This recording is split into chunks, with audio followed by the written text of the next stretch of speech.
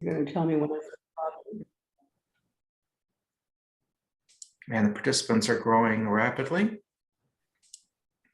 Great. And to make Jenny the host. Jenny, you have host control. And people are still joining, and it's about 1 minute after the hour. Hello, everyone. Welcome.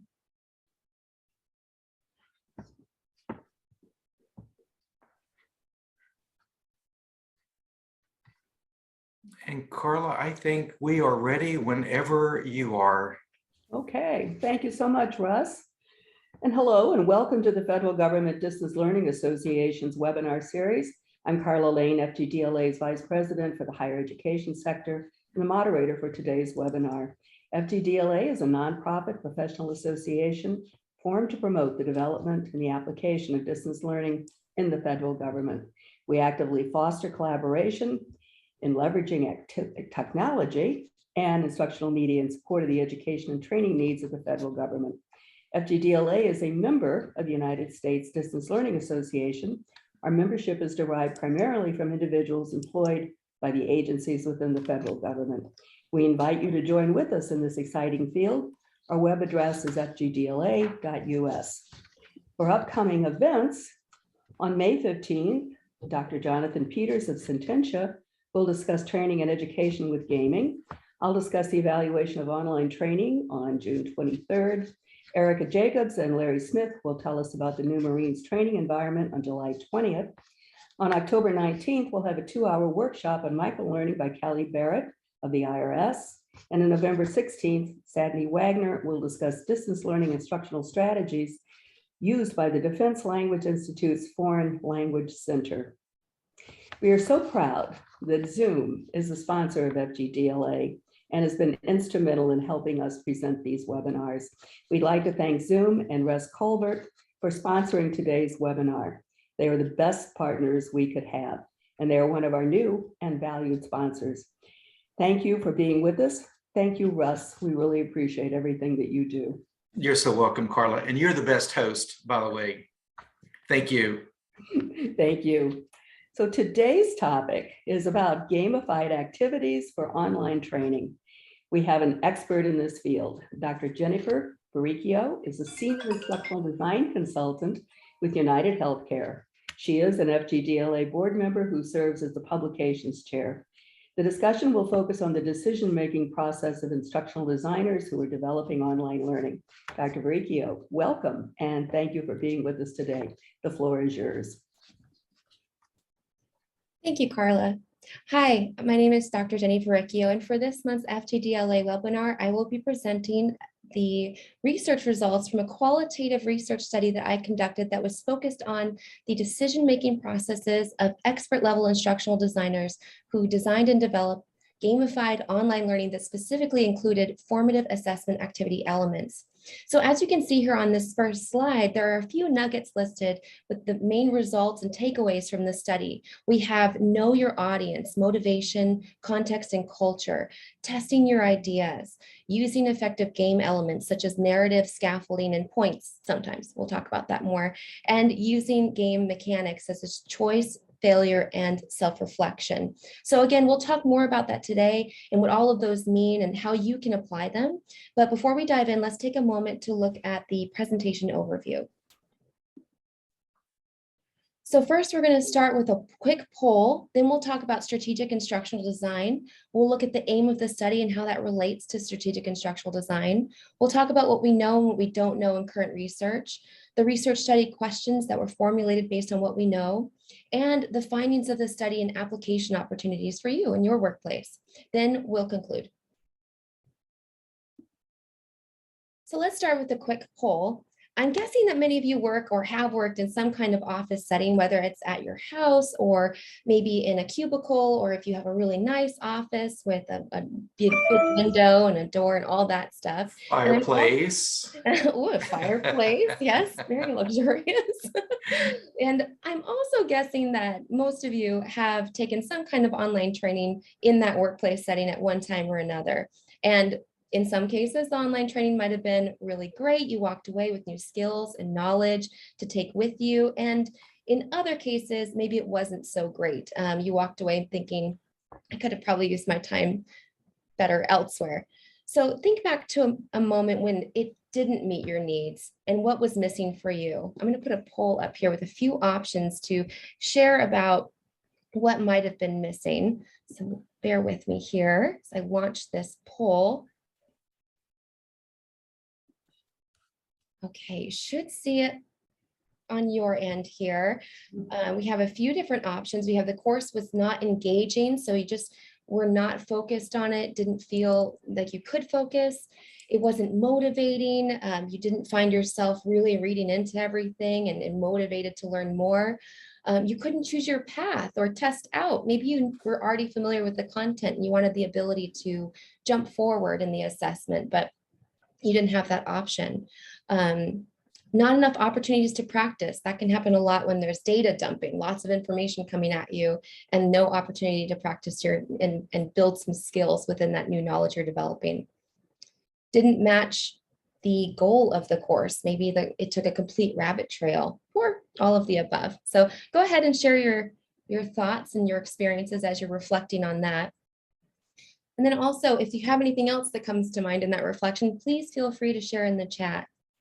I'd love to hear your experiences. Okay, so far I'm seeing course was not motivating, not engaging in the results, 43%, yeah. Not enough opportunities to practice, yep, that's a big one.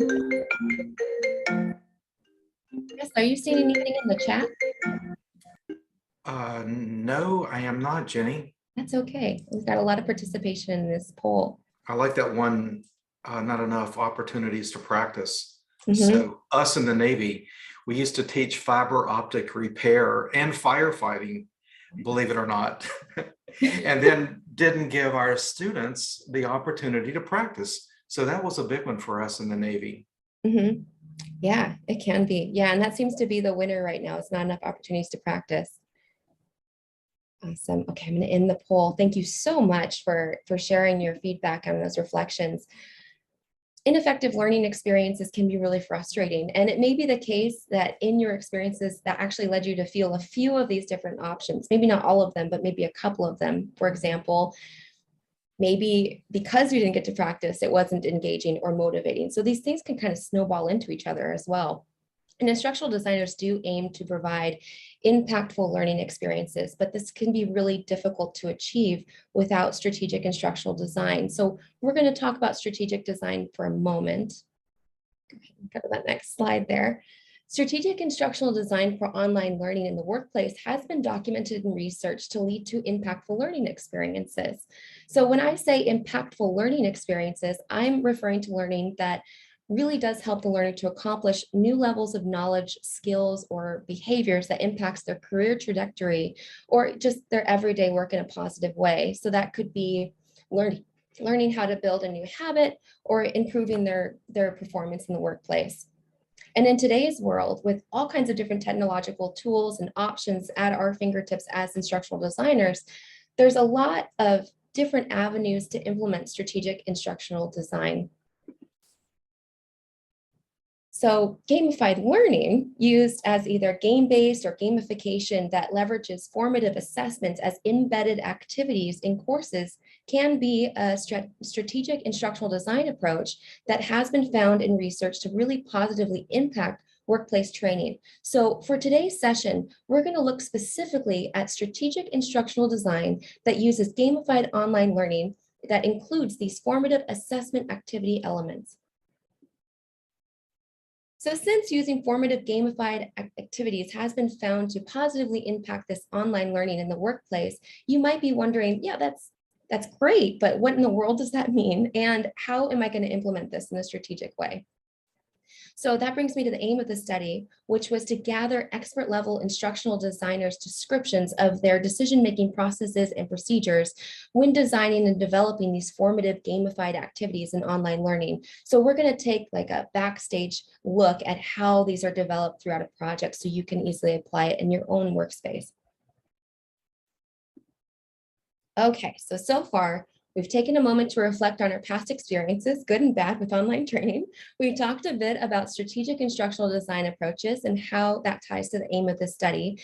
And next, what I want to do before we really dive into the research results and how you can apply it, we're going to take a moment to talk about terms and definitions used in the context of this study so we can make sure that we're all on the same page. So the first thing I want to look at is assessment types. There are 4 main types of assessments: summative, confirmative, meta, and formative.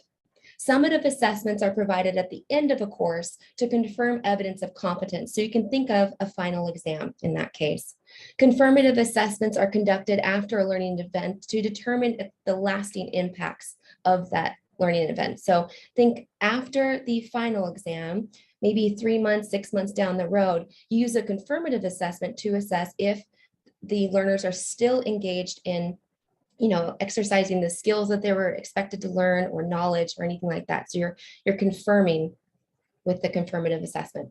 Meta assessments are used to determine the effectiveness of the assessment used in the learning event. So it's assessing the assessment, hence the term meta assessment there. You're looking at the assessments that are being used and determining, okay, are these really focused on what we need to, confirm skills and competence in a course? So you're using another assessment for that. And then lastly, unlike the other 3 assessment types, the formative assessment is a training tool that can be used during the learning event to highlight a learner's strengths and areas that they may need to improve in their performance and develop their skills. So that's a really great tool because you can use it during the actual learning event leading up to something like a summative assessment. And in that case, the learner can, perform the assessment, and you, the instructional designer or the system or the trainer, can get information on the learner's performance. It also enables the learner to receive feedback on their progress as well, so they can self-assess and determine, okay, I might need to practice this a little bit more or focus on this piece here. So formative assessments can be really handy. Employers are actually using formative assessments regularly to determine if employees are meeting predetermined objectives and developing specific knowledge and skills. So this isn't really a new workplace item, but it is out there. Next term is game-based learning. So again, in the context of this study, this is leveraging an actual game for learning. So think of taking a game that already exists, maybe a board game like Monopoly or something like that, and using it in a course as a learning tool. So maybe Monopoly in a real estate class or something. You have to be creative with that, but it might work. So using an actual game. And then when you hear the word serious game, that's a game that's been built to that has the priority of education over entertainment. So education comes first with a serious game, but it's still a game-based learning element. And then looking at gamification, quite almost on the contrary, it's using game elements in a non-game context. So this is a little bit broader of a term. You're taking things like, most commonly you'll hear points, badges, and leaderboards, and using those in non-game contexts. So for those of you who are Starbucks fans, if you have the Starbucks app, you'll get rewards and points and badges and all kinds of little things when you buy Starbucks products and coffee and stuff like that. So that's gamification in a non-game context of a coffee app, right? So you can also do that in online learning as well, adding these little elements in for gamification. So let's talk more about elements really quick, so we'll make sure we're clear on that.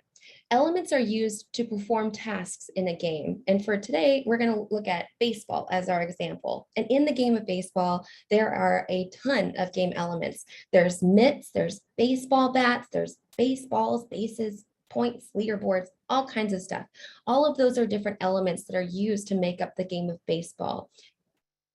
Then the next term is game mechanics. So putting that together, thinking of those game elements, game mechanics is the fundamental gameplay.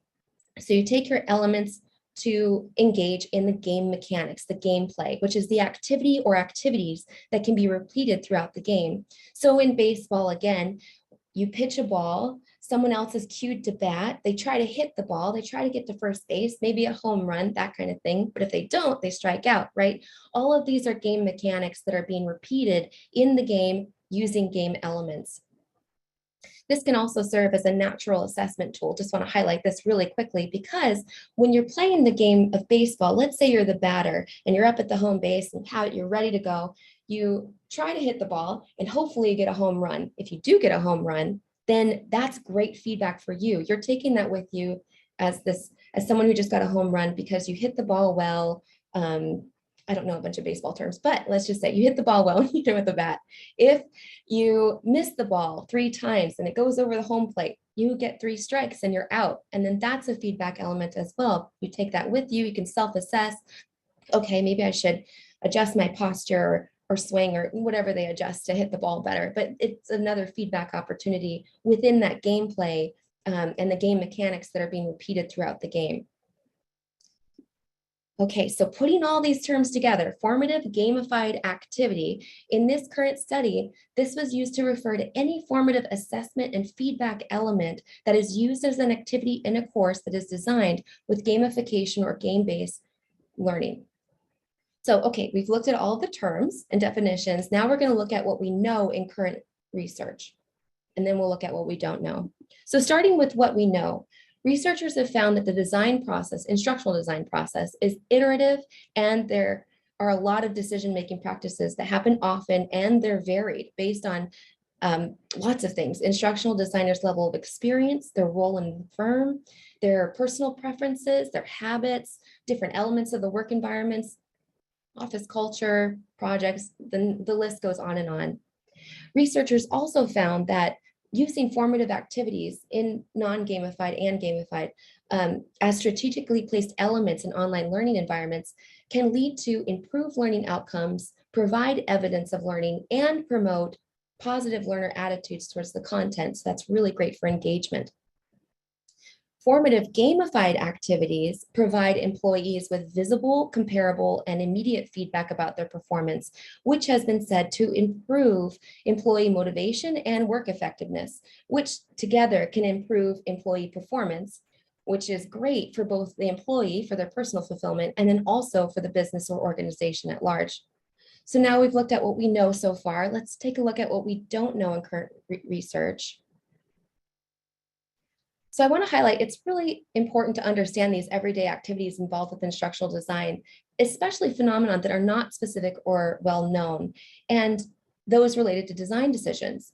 And little attention and research has been paid to how instructional designers are making choices regarding the tools that they're using when designing and developing instruction, or the various influences that may affect design decisions. So all those variables, we're aware that they're out there, but we're not sure how those are really influencing all the design decisions. Little is also known about how instructional designers are making decisions when designing and developing formative gamified activities for online courses in workplace environments. And if gamification is really to be successful in all of these different varied capacities in which it's beginning to be used, stakeholders need to know how to support this kind of implementation. And this in order to avoid unnecessary time and financial costs, because it can be quite the undertaking if not planned for. So this study represents that first step in broadening our understanding of these concepts and application in that space. Okay, so we've looked at what we know and what we don't know. Let me share the research question that was identified based on our current knowledge in this topic. So this is used to drive the study.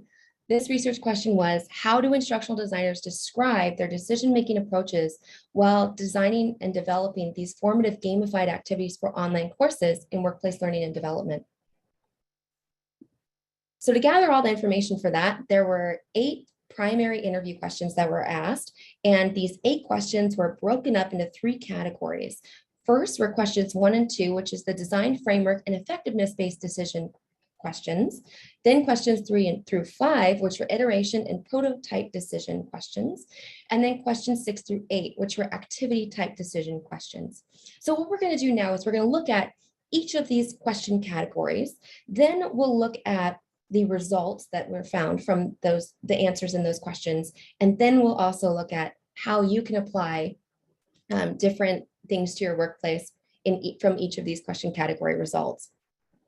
Okay, starting with question category 1, we have design framework and effectiveness-based decisions. Question 1 asked about design frameworks.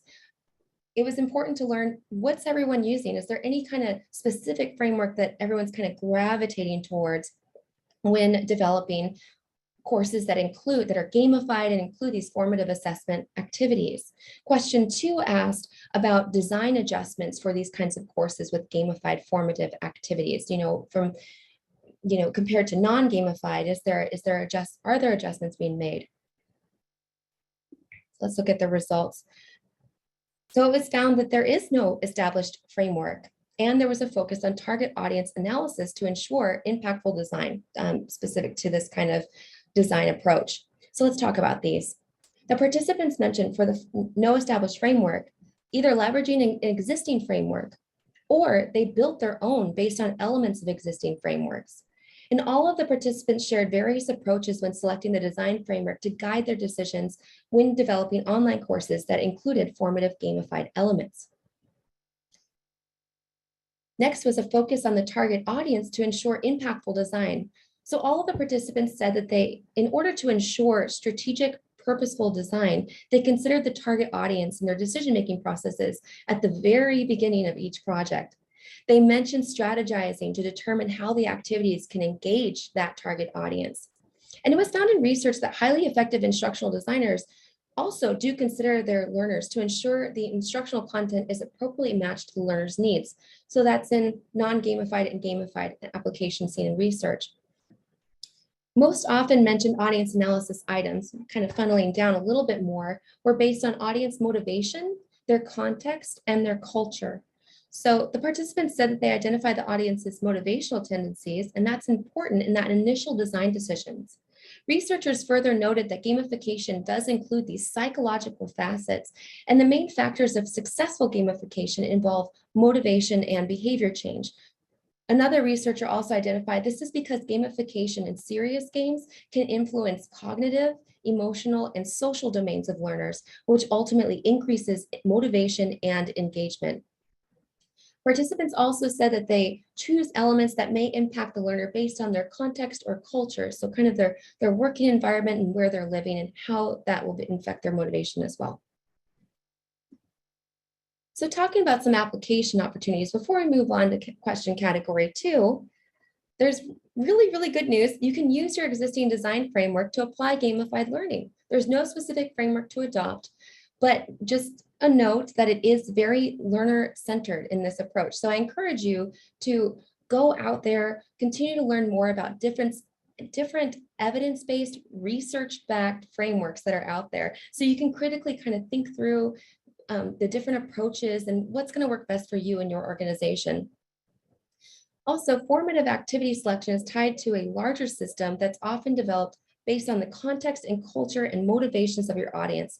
This requires you to learn about your audience and their needs from the start and using an in-depth audience analysis to do so. So you can do that using learner surveys, polling, interviews, stakeholder meetings, whatever you can do to build out a learner persona so you have a really strong understanding of your learner audience and their needs.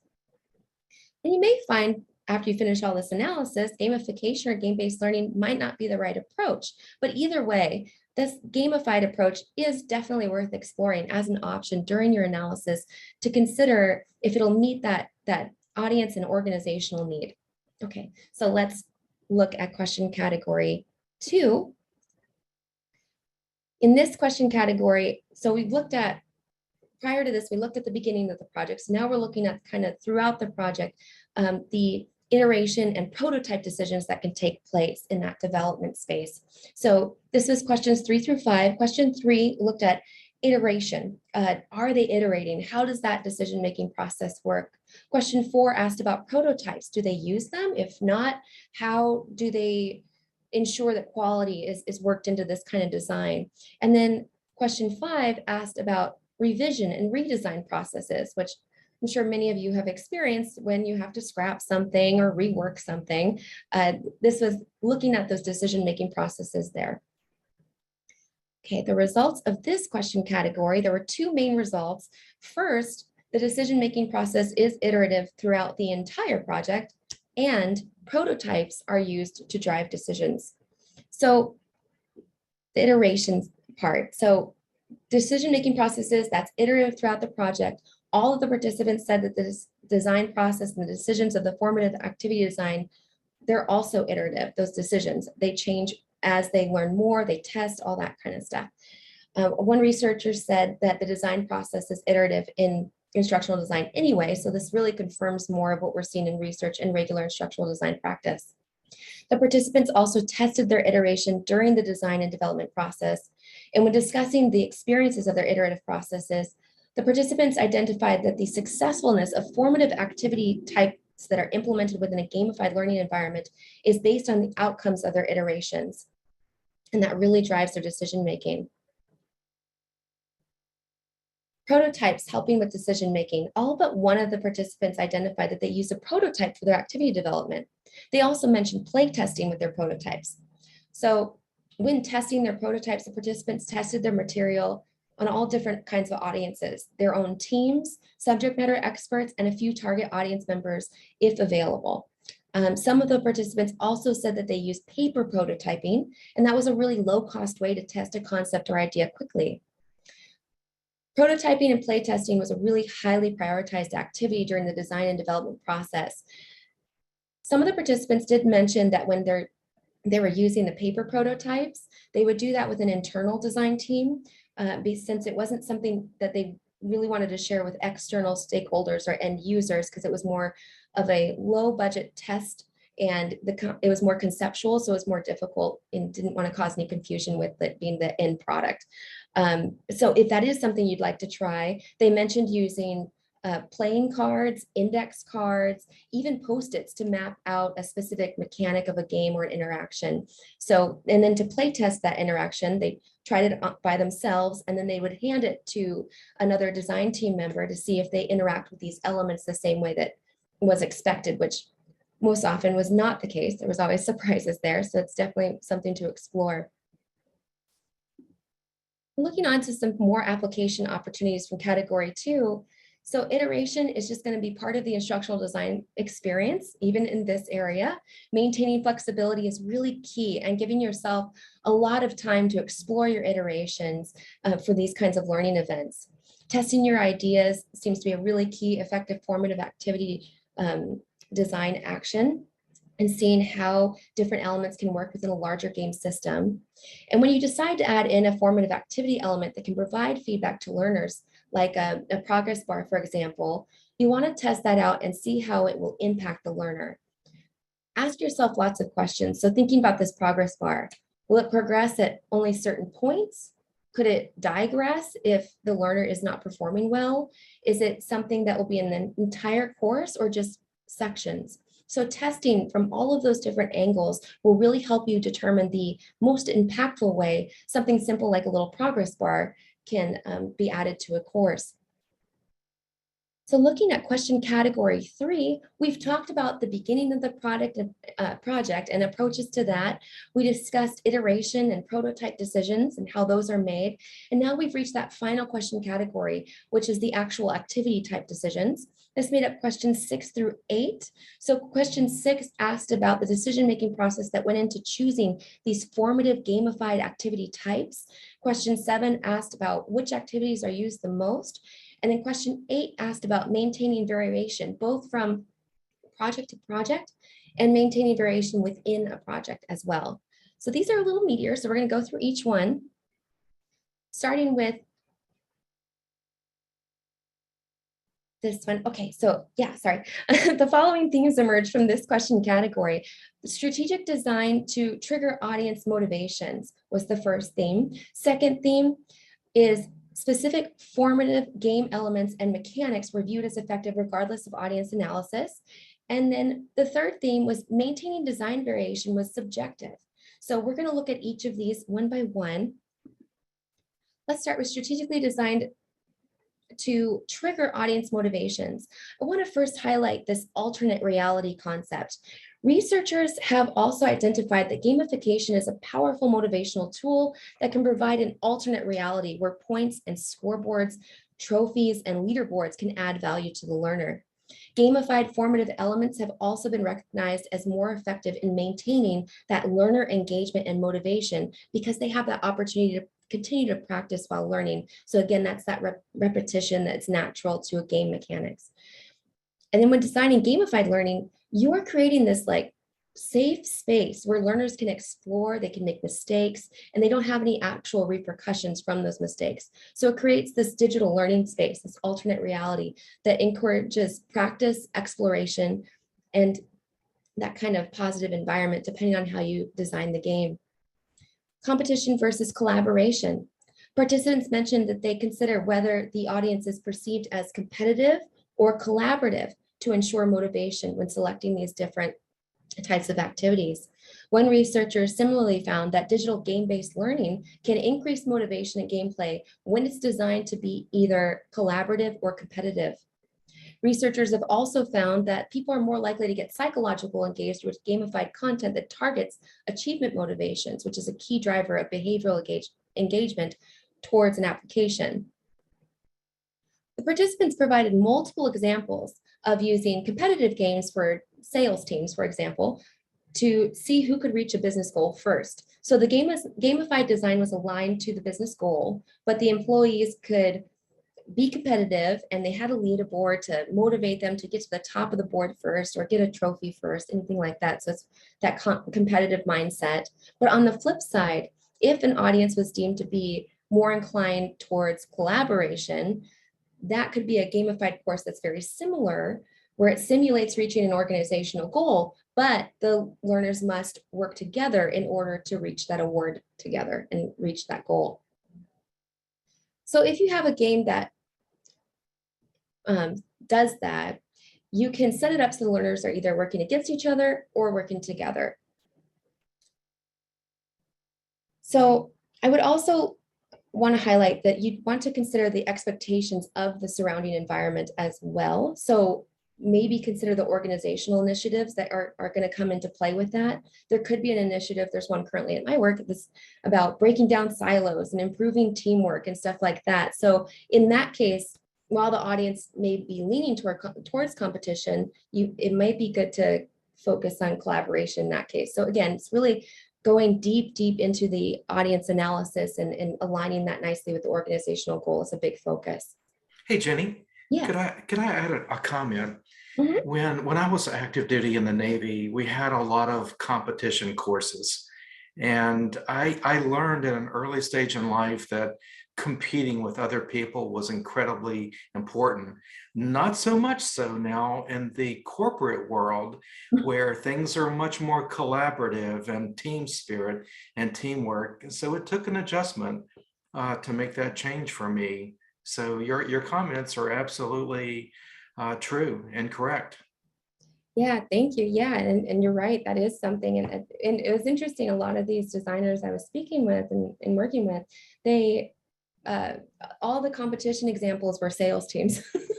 So it was kind of interesting because in that corporate environment, there's a real focus now on breaking down silos and working together to solve problems, which it's a positive, but it can be a mind shift. And actually, Russ, considering that for your design approach is good as well to help people bridge that gap just in case they are inclined towards competition. Definitely, Jenny. Yeah. So in the last piece here. Let me ask you one other thing, Jenny, because while you're on this, because I think you can create something that's competitive. So if you have groups, but within the group they're collaborating, but then they're competing against the other group. Yeah. Does that come up very often, or is that something that's used very often? Yeah, that was another example that was given in the study. Actually, is it to help bridge that gap, and that's a great call out. Yeah, thank you. So it's something where you can do a little bit of both in that case.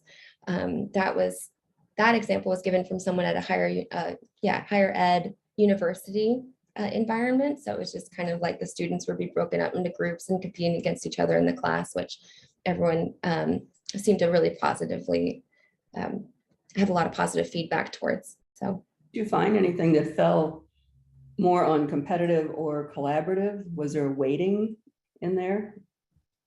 Was there weighting? Did they like one better than the other?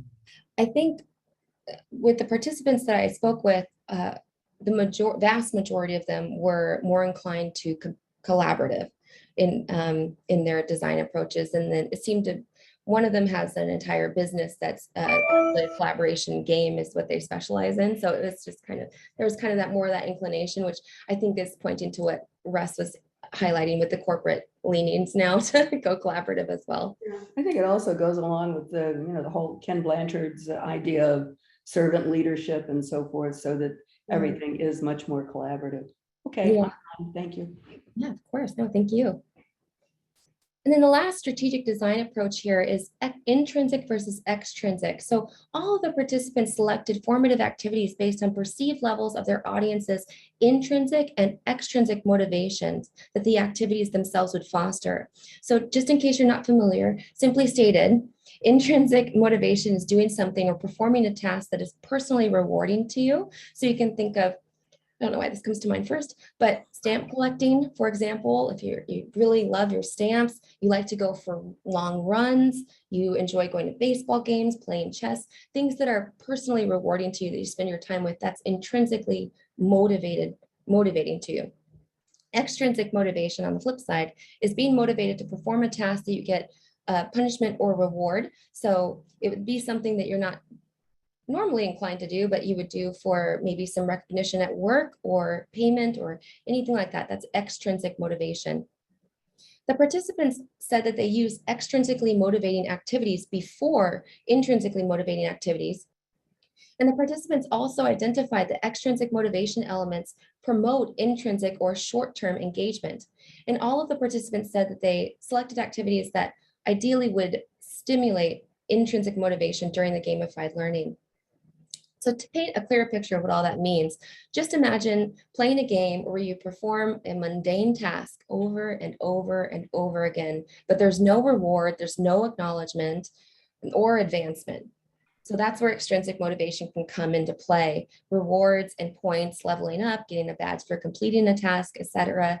That can all serve as an extrinsic motivator.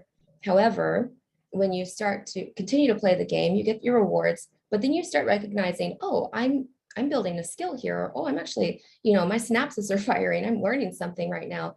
And you want to continue forward because of that. That's where the intrinsic motivation will come into play. That's theme 1. Looking at theme 2, effective game elements and game mechanics that were effective regardless of the audience analysis. So all of the participants provided lots of different examples of game elements that they decided to use for formative gamified activities. But there were 3 main ones that seemed to keep popping up regardless of the audience analysis. And that was narrative, points sometimes, and scaffolding. So narrative was the most widely used element for formative activity design and development. All of the participants mentioned using narrative in their game design, whether it was a single large story or a scenario-based gamified environment. They identified that narrative was an intrinsic motivator, which was perceived to promote ongoing engagement and practice in a learning event. And when applying story to a course or gamified learning, it may be helpful for you, if you want to do this, to write a narrative that really aligns with a situation in your organization so the learner can understand the story and easily relate to it. And the narrative doesn't have to run through an entire course. It could be a single scenario. But if you do have a narrative that goes through the entire course, that could be used as what they call a player journey that slowly unfolds different pieces of the story as the learner continues to level up or work through the narrative. Points were the second most mentioned element in the context of formative gamified activities, but they weren't considered an automatic feedback element by all the participants. One participant said that points need to be strategically placed within a gamified system. Another participant said that they would never just use points to see how it works in the course. It needs to be really ingrained into this comprehensive system. So what they mean by that is, when you think about points, have you ever had points in a game, but there weren't really any purpose to them? So you don't get a winner from it. There wasn't really a prize or any kind of point to the points. Points need to be ingrained very well into the system, into the mechanics of the game. And that's what these participants are saying here in order to have meaning. So going back to the game of baseball, just imagine, think about getting a home run. When you get a home run, you get a point or multiple points if there's other people on the bases. But without those points making up the mechanics of the game itself kind of falls apart because those points have value for determining who wins, which matters a lot to the players, the fans, everyone involved. So next time you'd like to add points to a gamified learning or if you see points in an online course, consider for a second, what is it doing for you as a learner or a designer? And if it does it really have an impact? Another thing that the participants identified was scaffolding. One participant said that this can be done in many ways at the beginning of the game as a tutorial, showing the learner when and where to click. Another participant said that they only use scaffolding early on in the game so the learners can understand what the repercussions will be for all of their actions and interactions. And then another participant said that scaffolding only works when you know how to chunk down your information. And they further mentioned that they started with basic cues and increased the activities, difficulty of the activities throughout the course. So the scaffolding was used the entire way through. So there's a few different approaches you can consider there if you're applying scaffolding. Researchers have found the combination of feedback and scaffolding seems to correlate with improved student performance. So when you're, again, thinking about how you can apply this, one idea that comes to mind is learning how to type. And this is kind of how does it look if I scaffold all the way through? Well, if I was teaching someone how to type in an online course, I might start with level 1 could be finding the letters. Then level 2 would be spelling small words. Level 3 would be typing sentences. Level 4, type without looking. Level 5, type without looking and being timed. So you can see how it gets progressively more difficult as you continue to develop these skills all around typing. This could also align nicely with a narrative that has a rising action and a climax before reaching the falling action and resolution. In this case, it could be up to the learner to get to the resolution, but as the story progresses, the scaffolding the learner goes through gets them more and more difficult, and they continue to build their skills before reaching that end resolution. So that's another option. You can kind of pair those together. So that was elements. We're going to look at mechanics really quick. There were 3 main mechanics that were effective regardless of the audience analysis. That was choice, failure, and self-reflection. The participants identified that they make choices or options available to the learners in their gamified experiences. So for those of you who have worked or do work in storyline, this kind of adding in this kind of choice would be as simple as just creating a branching option where the learner could advance if they are able to pass an assessment, or the learner could choose the order of information that's being presented to them. So instead of going 1, 2, 3, 4, the learner could choose, I want to start at 4, then I want to go to 2, so they get to choose that order.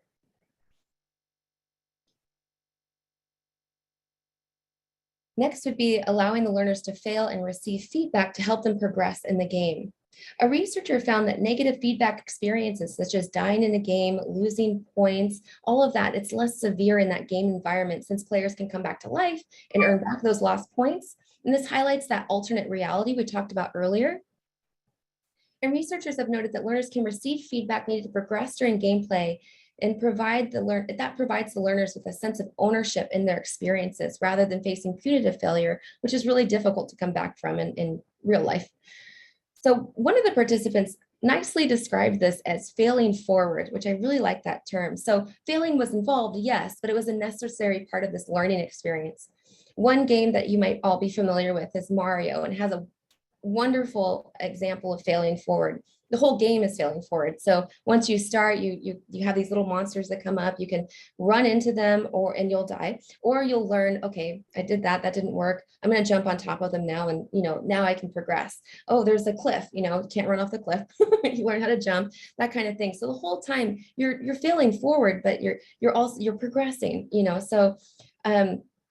When you're doing this in your design work and you're thinking about how can I work in this fail forward environment, you could maybe for a system instructional design, for a system training, you could create this gamified environment that allows learners to practice different processes. But as the learner demonstrates the wrong actions in a process, maybe there's a fake alarm that goes off, or they lose progress, the progress bar goes back, something like that, where it highlights, okay, that was the wrong action, but if I start over and I take this instead, it could help reinforce those correct actions so that they could, receive positive feedback and try again in an informed way and move forward. And the last thing is self-reflection. All the participants said that the learners need time for this self-reflection. Researchers also found that formative assessment that's used in this way could highlight learners' ability to improve their performance, reflect on their learning outcomes, and ensure higher order thinking is engaged during their experience. And higher order thinking is this level of thinking in Bloom's taxonomy where the learners are deemed to fully understand the topic to the point where they're thinking critically about it and they're creating new things. An example of this for you for application could be just adding in a simple journal activity or surveying the learners about, what did they think about this topic and kind of giving them a chance to reflect on that. And that gives you some feedback too, so you can maybe find some new opportunities to enhance your learning. Okay, and then theme 3, maintaining variation. So from the participants, this was from project to project, it seemed to naturally vary, as you can imagine. So with every new project, there's new stakeholders, new topics, new activities, new client objectives. So that variation tended to happen naturally for the participants, but within a project, it was a lot more subjective. So formative activities with some of the participants, they thought, oh, well, the formative activity can be repeated over and over again in the course. It's fine. In e-learning, you can cycle them back, just repeat it again, it's fine. But other participants felt that you should design different ways to provide formative feedback. So it was kind of split there, and that's definitely worth exploring on your own as to what works best for you. So talking about some application considerations from this third question category, different game elements seem to provide different formative feedback and or assessment capabilities. So when implementing formative activities, be strategic and consider that entire learning experience. It may nicely complement the audience or organizational need, or you might find that it's not the best fit for the learning event. And this, again, it's connected to analyzing your audience and taking time to test those activities. So this all kind of works together. Formative feedback in gamified systems offers creative communication opportunities for learners that can help enhance that online learning experience. And I want to highlight, if you do try to apply formative gamified elements, this doesn't have to be a big, costly undertaking. You can start small, and I recommend that you do, and implement a gamified activity within a larger course that maybe already exists to see if it has a positive impact.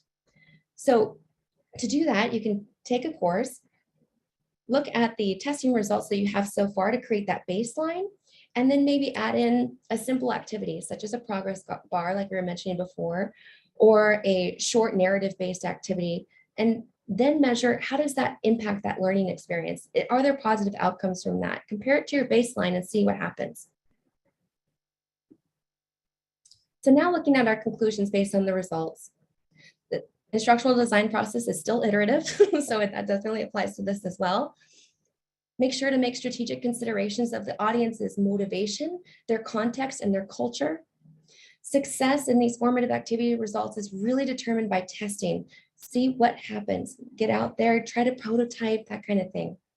And then some formative gamified components may be effective regardless of target audience analysis. And that includes those game mechanics we talked about, such as failing forward, learner choice, and self-reflection, and also those game elements such as narrative, scaffolding, and sometimes points if strategically placed.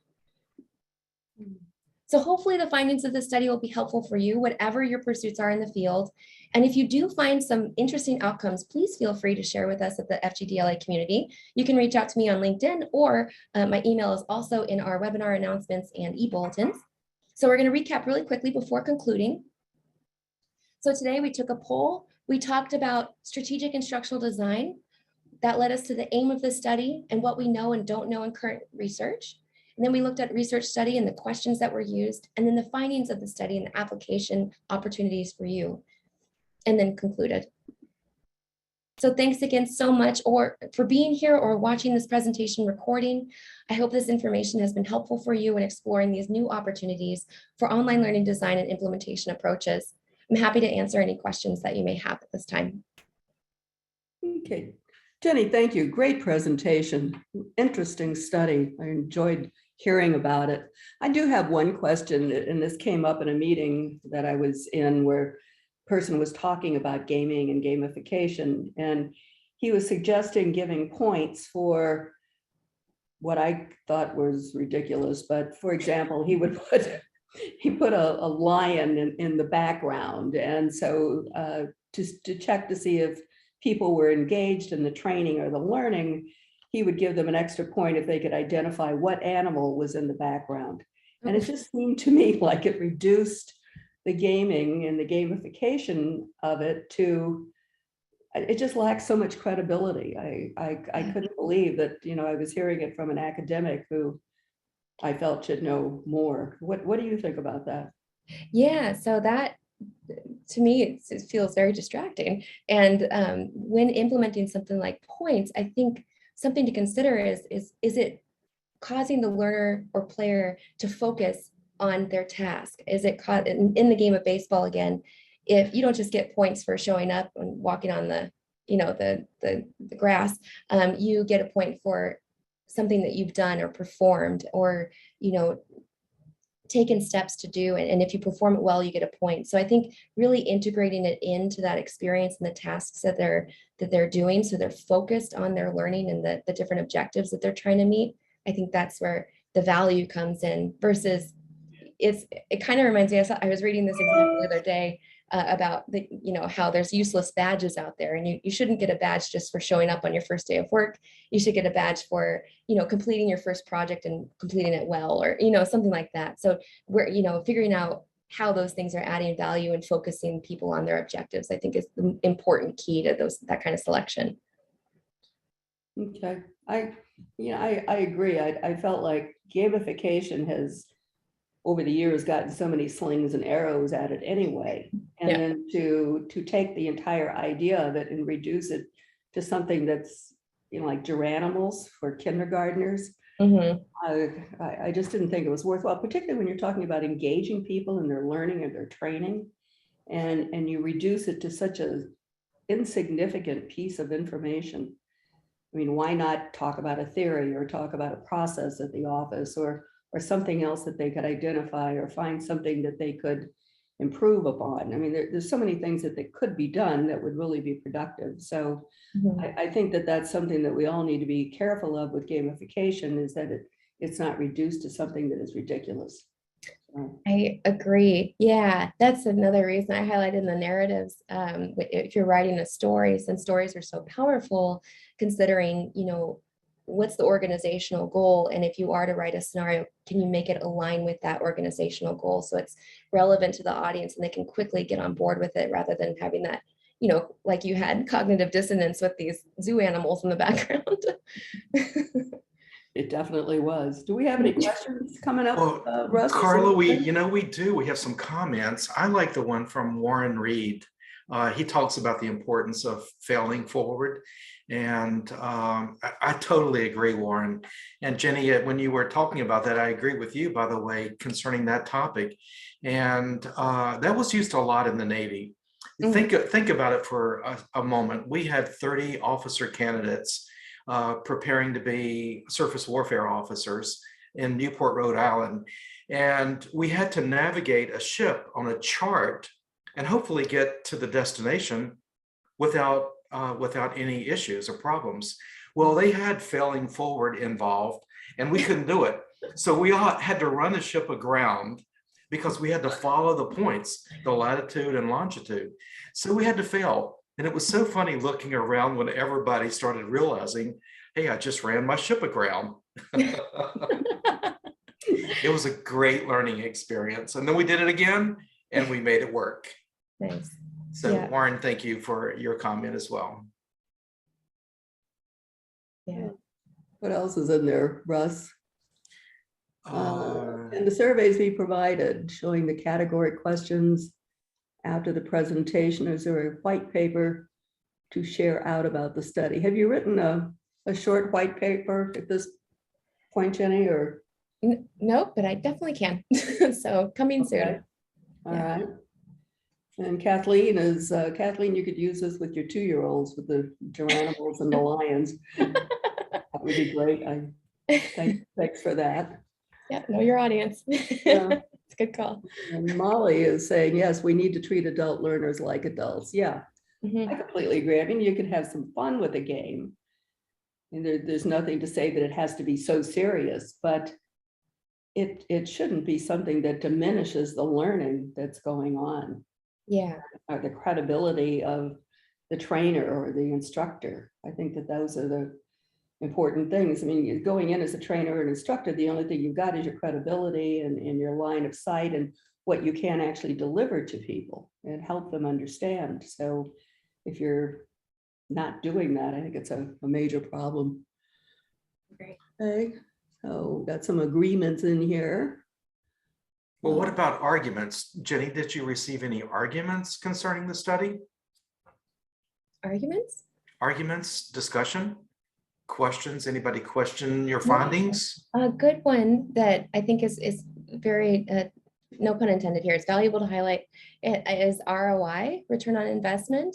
And that's why it can be very expensive and time consuming, which is also a different kind of cost, to build full game-based learning. For those of you who are interested in serious games, that can be a really huge undertaking.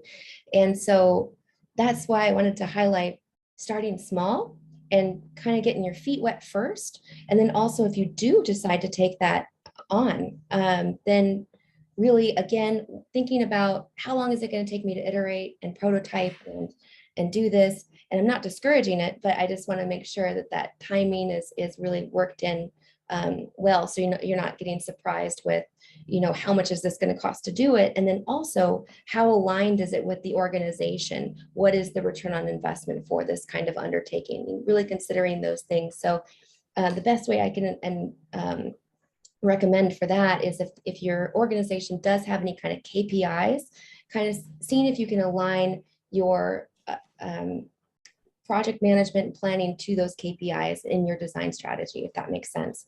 So that is an argument that came up. It's like, what is this going to cost everyone? So definitely keep that in mind. Is there anything that you found, any programs, things that you think would be really useful for someone just beginning to work in gaming and gamification? Yes, I have 2 books right here that I thought were really helpful. The first one, I don't know if you can see it, it's Actionable Gamification. This is really, really great. It talks a lot about different motivation and audience analysis and what's out there. It's a great reference. And then also next month, we have Dr. Jonathan Peters, who will be coming to present, and he wrote a book called Deliberate Fun. This is a really great book as well for those of you who are just getting started with gamification. And he has a lot of really great gamification models to follow as well, if you're interested in getting started. So Actionable Gamification, which is the first one by Yu-Kai Chow, and Deliberate Fun by Dr. Jonathan Peters. So I recommend those to get started. Okay. All right, Russ, you see anything you want to mention in the chat? Carla, some good discussion in the chat, but I think we are approaching the conclusion. It looks like we're right at the top of the hour. Okay, well, I thank you. And Jenny, thank you for being with us and all the work that you do for FGDLA and being with us, and all of you who participated today. We're so glad that you were here.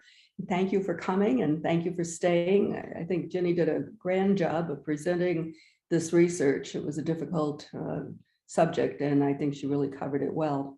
So we want to thank you all for being here. If you're interested in joining us with FGDLA, go to fgdla.us and take a look at some of the other things that we're doing. If you're new to our webinar series, we have all of the previous webinars listed there. You can review them, you can watch all of them, and of course, everything is free. We appreciate that. Russ, thank you again, and thank you to Zoom for being our sponsor and for everything that you do for us. We really appreciate it.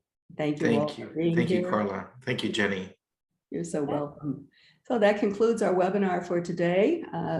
Next one is coming up in May, so we'll be contacting you and let you know how to register for that. Thank you, and that concludes the webinar. And Jenny, you can stop the recording or give me the host control back, please.